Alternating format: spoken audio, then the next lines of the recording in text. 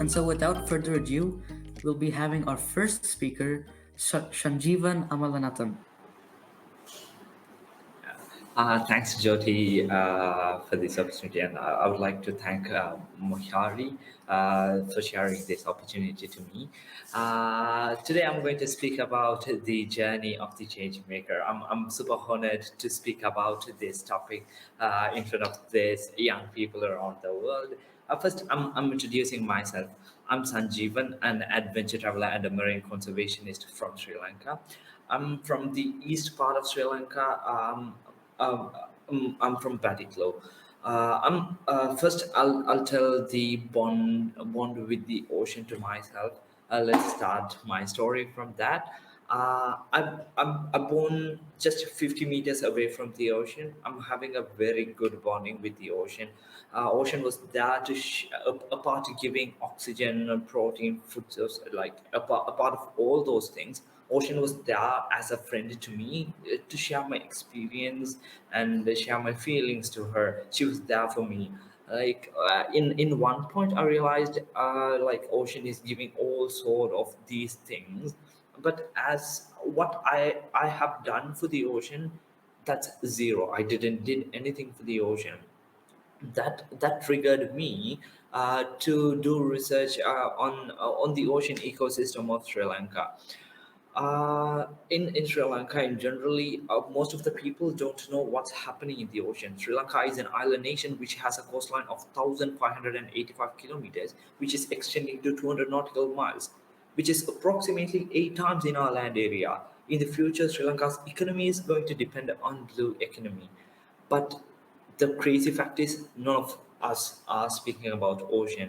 We are not speaking about the conservation. Sri Lanka is a nation which was devastated by 30 years of civil war. That's why it's understandable. Mostly the government focus on peace building and building the economy without considering the environment. There I found a gap between the environment and the economy. Now I jumped into this field because I'm having a very good bonding with the ocean. That I want to solve this problem. There I jumped into this field, and the first and the biggest problem I found in Sri Lanka's ocean is we are not having a real-time monitoring system here. We don't know what's happening in the ocean. That's why I want to give a solution for that problem. I'm not coming here with the science background to uh, give solution for this problem, but I was having that passion to solve this problem. However, I should learn something and I should work for this solution. That was in my mind before 1.5 years. Then I started working towards the solution. Like there, I joined a community innovation center here in particular called Dream Space Academy. They gave free space to me and they let me to do what I want to do. Then in Dream Space Academy, I learned electronics, mechanics, software, and the business modeling. I learned the basics of everything because of that passion, and I managed to give the solution. I started building an underwater glider. That's the innovation. Underwater glider is an autonomous underwater vehicle which drive in the surface of the water and give us data in real time. Uh, Data like pH, water temperature, salinity, those kind of stuffs. I started building this glider with an existing open source project, and now I'm developing that project, and now I have completed the basic functional prototype and I have tested that underwater glider in this swimming pool.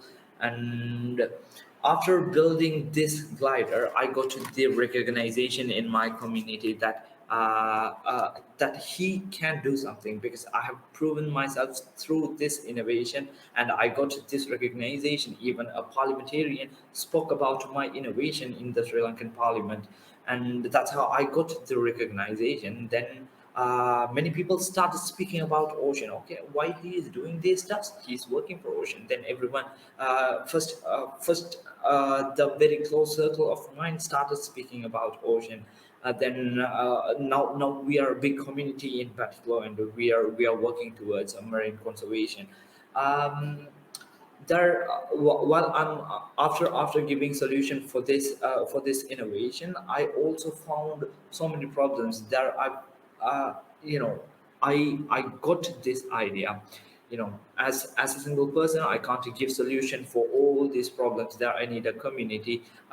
This innovation, this underwater glider, is the base for my community. Many people joined, and I co-founded Ocean Biome. Ocean Biome is an organization which motivates the upcoming generation to work with ocean and solve the real problems in the ocean. Now, 30 to 60 volunteers are here for Ocean Biome. Most of the volunteers are based in Batticaloa, and some of the volunteers are from different parts of Sri Lanka. And now we are getting international collaborations, and international volunteers are also here to help us. In Ocean Biome, Ocean Biome is an organization which motivates the upcoming generation to work with ocean and solve the real problems in the ocean. Ocean Biome is having six main pillars: ocean education, ocean storytelling, ocean community, ocean technology, ocean research, and ocean business. We are working in six different pillars, and the underwater glider is the base for that ocean technology. And now I'm empowering so many youths in my community, and I'm helping them, and we are getting so many investors, and we are building some cool innovation stuffs. And while I started building this solution now, and while I started building this organization, I faced so many challenges. The first challenge I faced was the social stress. In the global south, most of the parents want their children to become a doctor, engineer, lawyer, or a business people. They are thinking those are the fancy jobs. Uh, they are thinking, and they want the children to focus on those things only. They are not letting the children to do what they really want to do, and they are not letting the children to go into the innovation path. That's why while I'm doing these steps, most of the people came to me and asked, why are you doing this? What are you going to get through this? And how are you going to earn money through this? And this is how so many social stress, because this is the main problem that I faced while I'm doing these things. And the second problem is fundings. It's very hard to get funds for the innovations. And I pitched my idea to several national and international organizations, and also local investors. Down there, I managed to get those funds. These are the challenges I faced. And from my perspective, the biggest myth in the innovation industry is you want to have a solid background in science. I'm not a science. I'm not having a very big science background, but from my point, if we have the passion, and if we found the real problem, if we are feeling that problem, then you can work towards the innovation. Most of the innovations in the world are already existing. What we want to do here is we just want to adapt the solution. Most of the solutions are here in the world. Somewhere someone has already invented those solutions. What we want to do is first we want to identify the problem in the local community. Then we just want to sit in front of the laptop and just Google, like, la la la la la, how can I, how like, this is the problem, what's the solution, like, just Google those things. Somehow you will get something in the internet. Just pick those solutions, and get those solutions, and try to put that solution into your problem. Then you just want to make some small minor changes. Then that's it. That's how the innovation works. And don't get afraid of these innovations, and don't get afraid of the science stuff. And you can do that. Apart of all these things, find the problem, work for the work for the problem, work to solve those problems. Then that's how the innovation born. And apart of all these things, live your life and have more fun. Yeah, thank you so much.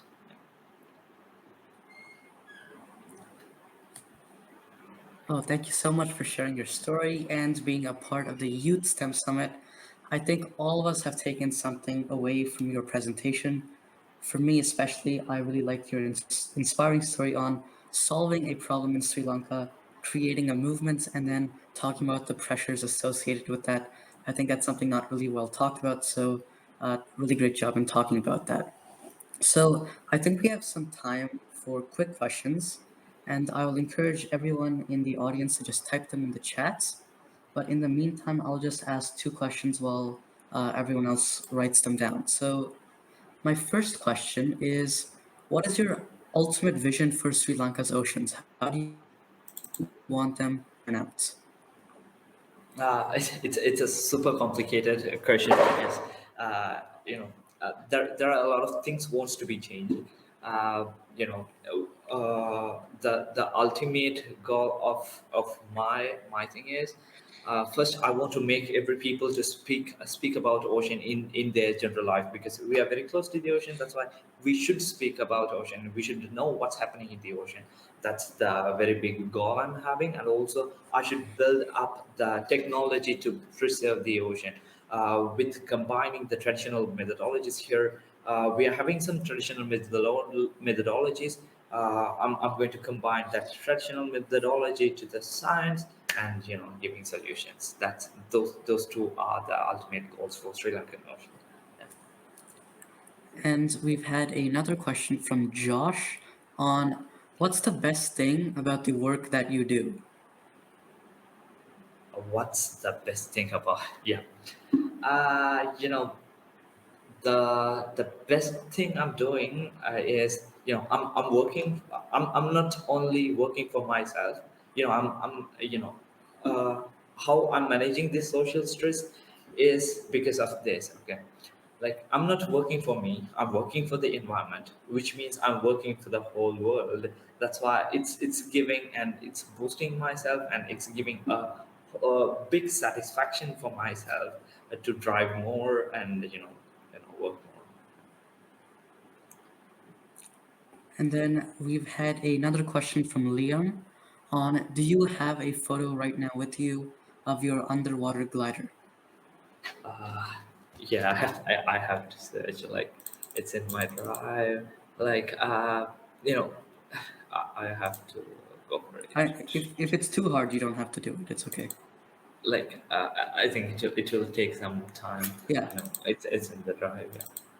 yeah. So then I'll just move on to another question, which I actually have.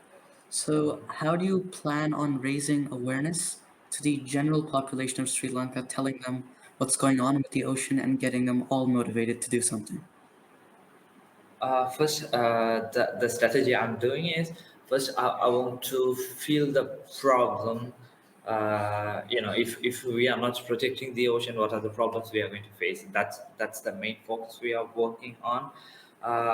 For example, every activity we do in the ocean affects. Uh, every activity we do in the land affects the ocean. We are working towards stressing those problems. um, yeah, for example, how we are connecting this is, mm, a simple project that we started working here in Bataclaw is, we are connecting the school children. We are working with the rural fisherman community. We just went to the school, and they are mainly working with the ocean and the river, the lagoon area. That's why, the parents of the children are the fishermen. They are doing the overfishing, and they are doing the illegal stuffs in the ocean. That's why we are working with the school children to understand the problem. If they are doing the overfishing, then if there are no fish in the ocean, that's the biggest disaster. Plastic and those issues are not a very big problem. That's why through, like, we are educating the children, like we are stressing the problem to the children, like then, like, we can see some changes. Then the fishermen are coming, reaching out to us, and they started learning the science of it. And that's how we work. And we've had one last question from Ayan on, have you tried to link up with academic institutions for guidance or support? Uh, for now, we didn't reach any organizations in Sri Lanka, but we reached out to an ocean observatory center in Spain, Plocan. It's in Canary Islands, Gran Canaria.